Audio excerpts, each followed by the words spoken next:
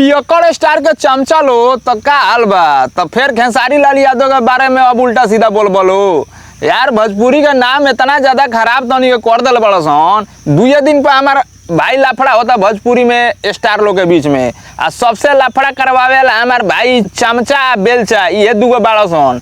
एक और चमचा बेलचा, ओकर चमचा बेलचा। हमार भाई लगातार हमार भाई कंट्रोवर्सी बढ़ा दिल बड़ा सन भोजपुरी में। शुद्ध से हमार भाई 2 दिन काम नहीं होन करत खेसारी लाल यादव चाहे पवन सिंह, तो लही हमार भाई आके ई बीच में जो ना होला चिंगारी उत्पन्न कर देता रह। ऊ ओकरा के गाड़ी देता, ऊ ओकरा के गाड़ी देता।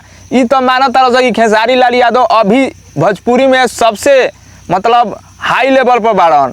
इनकरा आगे हमार भाई सब स्टार अभी अहन, ठीक बा, ई तो बात मानो सो। आ रहल बात खेसारी लाल यादव के नाम लेके तनी के रोस्ट करता रह आ जाना तरह कि हमनी के टीआरपी बढ़ी, ई तो बढ़बे करी, लेकिन खेसारी के फैमिली पे कुछ मत बोलो सन। अगर तनी के खेसारिये से फेमस हो गए के बाद खेसारी के नाम लेके सब केहू अपन जौन की यूज करो नाम, कुछ भी खेसारी भैया के ऊपर बोल सके लो, लेकिन खेसारी के फैमिली के चाहे खेसारी भैया के बेटी के ऊपर कुछ मत बोलो लो यार। चलो लो ठीक बा, खेसारी भैया के फैन हो लो तो भाई एगो वीडियो को लाइक मार दियो लो, चैनल को सब्सक्राइब कर दियो लो कि भोजपुरी से रिलेटेड जौन की जानकारी हम लावत रहनी हमार भाई।